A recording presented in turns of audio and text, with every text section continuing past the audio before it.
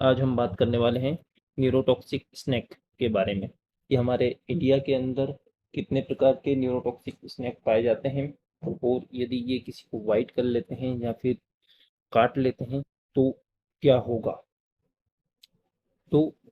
ये जो जीव होते हैं न्यूरोटॉक्सिक स्नैक, इनके अंदर एक पॉइजन पाया जाता है, एक विनोम पाया जाता है जिसको हम न्यूरोटॉक्सिक विनोम के नाम से जानते हैं।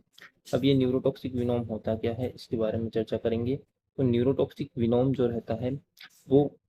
नर्वस सिस्टम पे असर करने वाला एक विनोम होता है,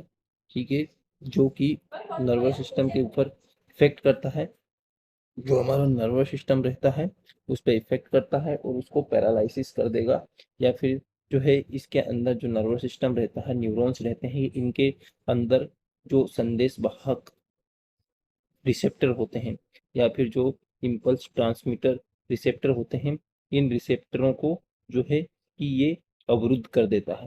ठीक है, ये अवरुद्ध कर देता है। तो इस प्रकार से जो है कि हमारे जो इसके अंदर एक रिसेप्टर होते हैं, इन रिसेप्टरों को जो है कि ये क्या कर देते हैं,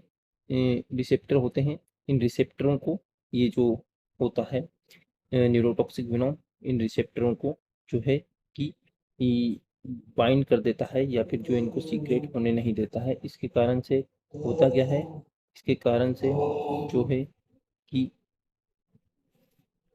ये हो गया मेरा न्यूरॉन एक्सल और न्यूरॉन टर्मिनल, ठीक है। अब इसके बीच में यहाँ पे जो है कि कुछ सीक्रेट होते हैं, यूनोम सीक्रेट होते हैं, जो ACH सीक्रेट होता है, एसिटाइल कोलिन जो रहता है वो सीक्रेट होता है, एक एंजाइम सीक्रेट होता है, एसिटाइल कोलिन एंजाइम सीक्रेट होता है यहाँ पे।